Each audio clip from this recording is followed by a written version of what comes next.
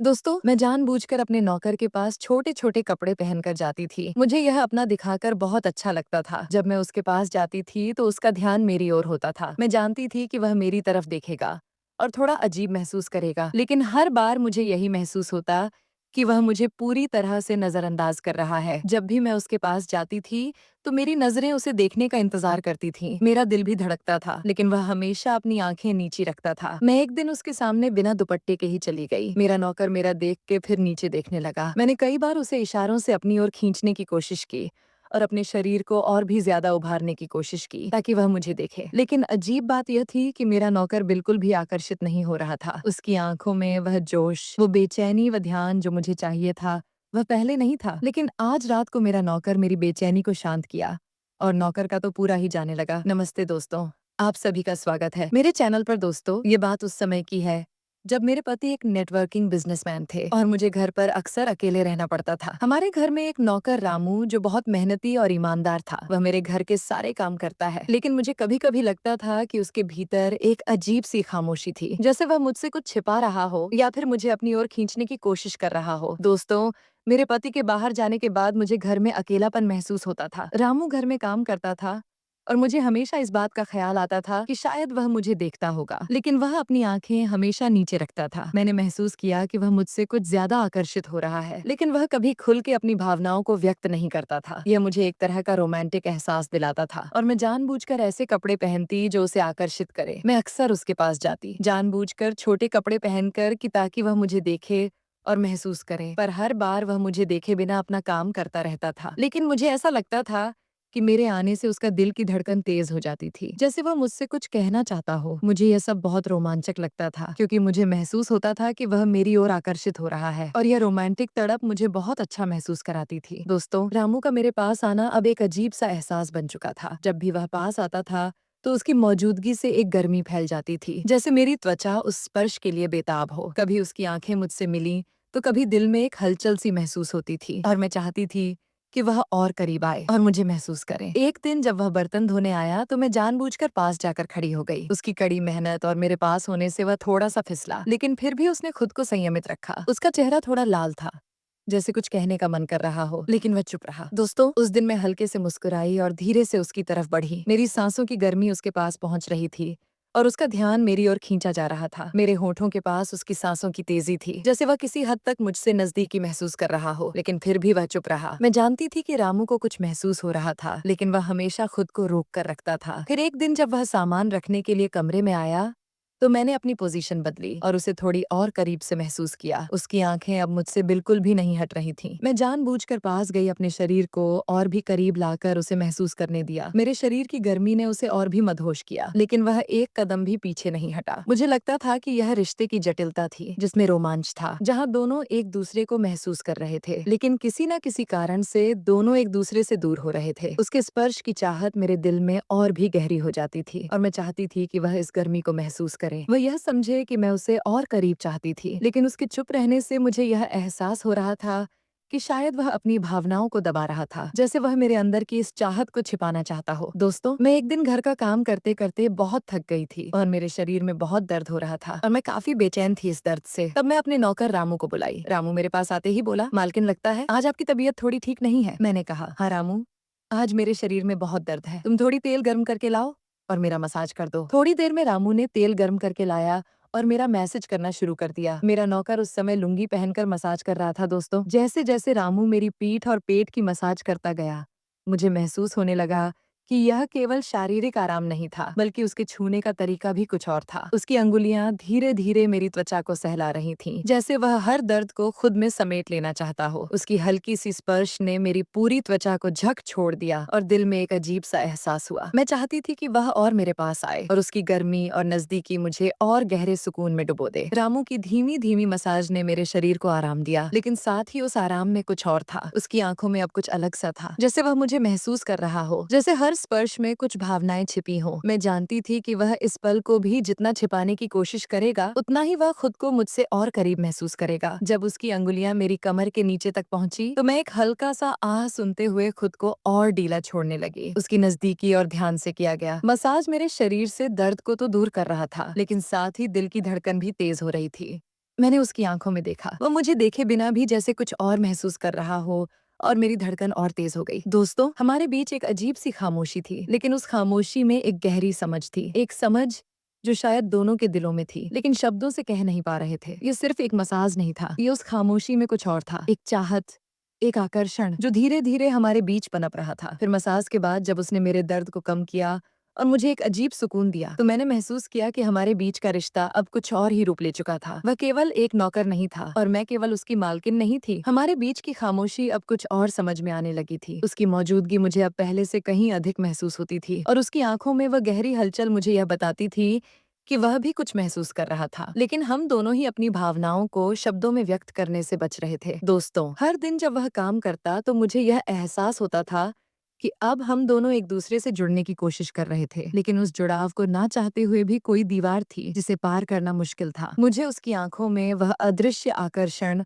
और एक अजीब सी खींचतान महसूस होती थी, जो हमें एक दूसरे के पास लाने की कोशिश करती थी, लेकिन वह हमेशा अपनी सीमाओं को बनाए रखता था। मुझे लगता था कि वह चाहता तो था, लेकिन अपने स्थान और स्थिति के कारण वह खुद को रोक रहा था। कभी कभी जब वह मुझे काम में मदद करता, तो उसके हाथों की हल्की छुअन और उसकी नजदीकी का एहसास मुझे एक अजीब रोमांटिक काम में डुबो देता था। मैं चाहती थी कि वह थोड़ा और पास आए, उसकी उपस्थिति मुझे और महसूस हो, लेकिन मैं जानती थी कि हम दोनों ही अपने स्थान और परिस्थिति को समझते हुए यह कदम नहीं उठा सकते थे। हम दोनों के बीच का यह रिश्ता, जो कभी सिर्फ कामकाजी था, अब धीरे धीरे कुछ और बनता जा रहा था। एक जटिल रिश्ता जिसमें अनकहे इशारे थे, जिनमें खामोश इच्छाएं और एक दूसरे के लिए बढ़ता हुआ आकर्षण था। हम दोनों इसे महसूस तो कर रहे थे, लेकिन इसे स्वीकार करने की हिम्मत शायद किसी के पास नहीं थी। दोस्तों, समय के साथ मालकिन और नौकर के बीच एक अजीब सा आकर्षण और लगाव विकसित हो रहा। हालांकि यह रिश्ता पहले सिर्फ एक कामकाजी था, लेकिन अब धीरे धीरे कुछ और बन रहा था। कभी कभी जब रामू मेरे पास आता,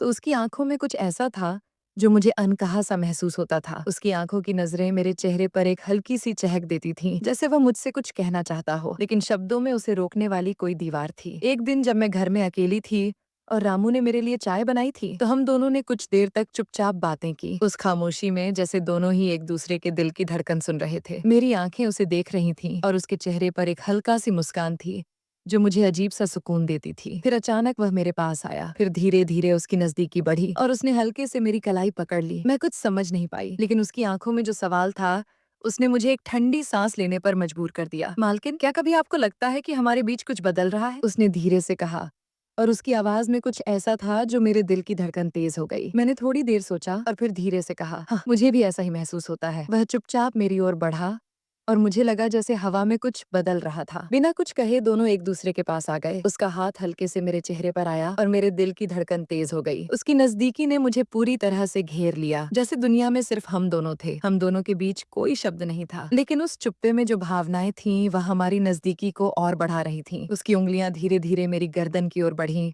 और मुझे महसूस हुआ कि वह मेरे पास और पास आना चाहता था। हमारी आंखें मिली और उस पल में हमें यह समझ में आ गया कि अब हम दोनों के बीच कुछ और था, जो हम दोनों को एक दूसरे के और करीब ला रहा था। दोस्तों, हमारी खामोशियों में भी एक अजीब सा एहसास पनपने लगा था, जैसे हर मुलाकात में ना कहे जाने वाले शब्द भी दिल की धड़कनों में गूंज रहे हों। रामू जब मेरे पास होता, तो उसका हर काम, हर स्पर्श और हर नजर में एक अनकही चाहत महसूस होती। वह मुझे देखते हुए कुछ कहना चाहता था, लेकिन शब्द उसके होठों पर ही थम जाते थे, जैसे किसी शर्मीली लहर में डूब जाते हो। एक शाम जब मैं साड़ी पहने हुए बैठी थी, तो रामू ने मुझे चाय का कप दिया। उसकी नजरों में एक हल्का सी मुस्कान थी, जो मुझसे नजरें मिलाते ही गहरी हो गई। उसने धीरे से कहा, मालकिन, आज आपके लिए खास मसाले वाली चाय बनाई है, जैसे आप पसंद करती हैं। मैं भी मुस्कुराई और कप को थाम हुए उसकी आंखों में देखा, जैसे उसकी आंखों में छिपे भावों को पढ़ने की कोशिश कर रही हूँ। रात में खाना खाने के समय उसने मेरे लिए खाना भी एक अलग अंदाज में सजा कर लाया, जैसे मेरे लिए कुछ खास करना चाहता हो। उसकी प्लेट में सजाई गई सब्जियों का रंग, उसकी कोशिशों की गर्माहट और उस खाने की खुशबू में भी एक रोमांटिक एहसास था। जब मैंने पहला निवाला खाया और उसकी ओर देखा, तो वह हल्का सा मुस्कुरा दिया, जैसे मेरे मन को समझ गया हो। कभी कभी वह मेरे लिए हल्की ठंडी हवा में बैठने के लिए जगह तैयार कर देता था, जैसे उसकी हर कोशिश मुझे सुकून देना हो। उसकी नजदीकी और उसकी हर छोटी बड़ी देखभाल मुझे दिल से बहुत खास महसूस कराती थी। उसकी छोटी छोटी बातें, उसकी नजरों की गर्माहट और उसकी खामोशियों में भी जैसे हमें और करीब ला रही थी। उसकी नजदीकियां मुझे एक अलग दुनिया में ले जाती, जहाँ सब कुछ खूबसूरत था, जैसे उसकी हर बात में, हर नजर में मेरे लिए कुछ खास था। उसकी खामोशी में छिपी चाहत, उसकी देखभाल और उसकी हंसी की गूंज मेरे दिल में धीरे धीरे एक नई कहानी बुन रही थी दोस्तों। समय के साथ रामू और मेरे बीच की नजदीकियां बढ़ती गईं।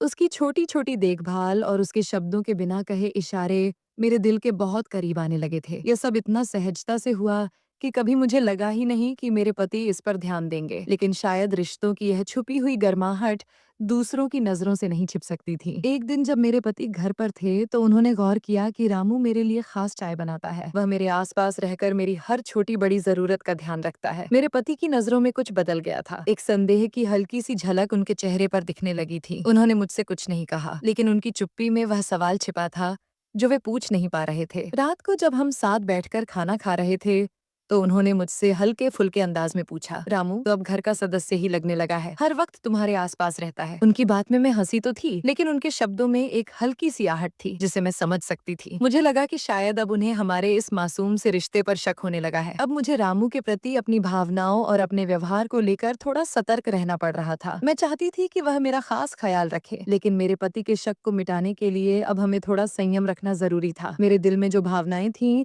उन्हें संभालने के लिए अब मैंने खुद को संयमित करने का फैसला किया। लेकिन ये इतना आसान नहीं था, क्योंकि रामू की हर बात, उसकी हर छोटी सी कोशिश मुझे एक अनकही खुशी देती थी। हमारे बीच के इस रिश्ते में जो अनकही बातें थीं, उन्हें अब और भी संभालना पड़ रहा था। ये एक जटिल स्थिति थी, जहाँ एक और मेरा परिवार था और दूसरी ओर वह अनकहा अदृश्य जुड़ाव जो रामू के साथ पनप रहा था। समय के साथ मेरे और मेरे पति के बीच का रिश्ता जैसे खोसा गया था। अब उनमें पहले जैसी कोई गर्मजोशी नहीं रही, ना ही कोई अपनापन। वह अक्सर अपने काम में ही व्यस्त रहते और घर पर होते हुए भी मुझसे दूरी बनाए रखते थे। उनकी बेरुखी और अनदेखी मुझे भीतर तक खाली कर जाती थी। दिल में एक अधूरापन और अकेलापन पनपने लगा था, जैसे मेरी जिंदगी में कुछ कमी रह गई हो। रामू को मेरे इस बदलते हुए हालात का आभास होने लगा था। वह मेरी तरफ और भी ज्यादा ध्यान देने लगा। उसकी छोटी छोटी बातों में मेरी परवाह झलकती थी। जब मैं उदास या थकी महसूस करती तो वह मेरे पास चुपचाप बैठ जाता था और मेरी हर जरूरत का ख्याल रखता था। उसकी यह देखभाल मुझे दिल से सुकून देने लगी। एक शाम जब घर की खामोशी मुझे घेर रही थी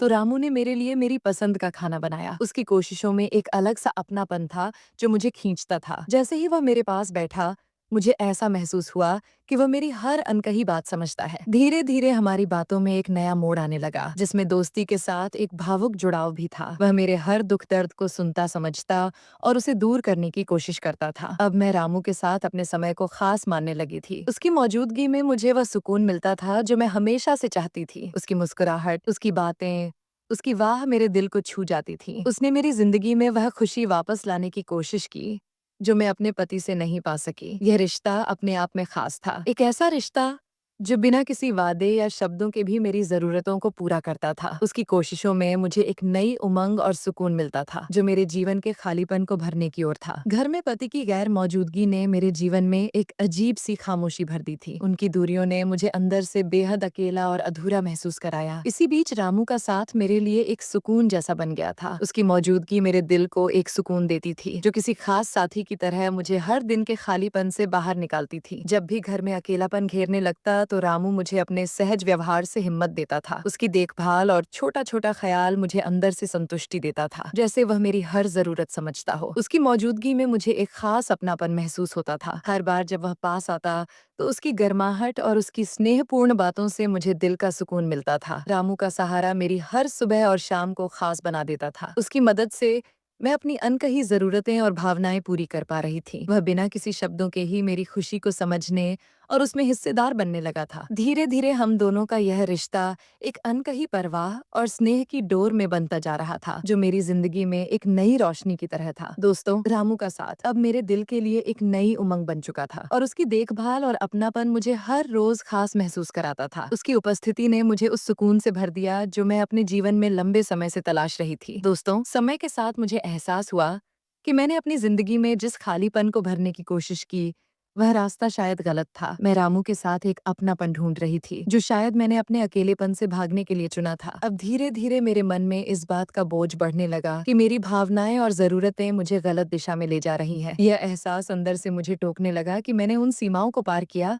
जो एक रिश्ते की गरिमा और मर्यादा के लिए बहुत महत्वपूर्ण थी। एक रात जब मैं अपने कमरे में अकेली बैठी थी तो मैंने अपने जीवन के बारे में गहराई से सोचा। मुझे यह समझ में आया कि जो सुकून मैं रामू के साथ ढूंढ रही थी वह असल में मेरे खुद के भीतर की कमी थी। यह सुकून मुझे खुद अपने भीतर से पाना था, किसी और से नहीं। मैंने महसूस किया कि रिश्तों की सच्ची खुशी और संतुष्टि हमारे अपने आत्मसम्मान और आत्मनियंत्रण में ही होती है, न कि किसी क्षणिक सहारे में। इस एहसास के साथ मैंने एक नई शुरुआत करने का फैसला किया। मैंने रामू से दूरी बनाने का संकल्प किया और अपने जीवन को फिर से अपने हाथों में लेने का निश्चय किया। मैंने खुद को उस मजबूती और हिम्मत से भरा जो मुझे सही राह पर ले जाने में मदद करेगी। मुझे अब यह समझ में आ गया था कि जिंदगी में किसी भी मुश्किल घड़ी का सामना हमें अपने आत्म संयम और आत्मसम्मान के साथ करना चाहिए। आज मैं उन सभी महिलाओं को यही कहना चाहती हूँ कि जिंदगी में अकेलेपन या निराशा के समय में खुद पर भरोसा रखें। सच्चा सुख और सुकून हमारे खुद के भीतर होता है और किसी भी मुश्किल घड़ी में संयम बनाए रखना ही हमारे आत्मसम्मान और खुशियों की असली कुंजी है। तो दोस्तों, यही थी आज की हमारी छोटी सी कहानी। कैसी लगी कमेंट में जरूर बताएं और चैनल में पहली बार आए हैं तो चैनल को भी सब्सक्राइब करें। आगे ऐसे ही रोमांचक कहानियां सुनने के लिए फिर मिलते हैं एक नई स्टोरी में। धन्यवाद।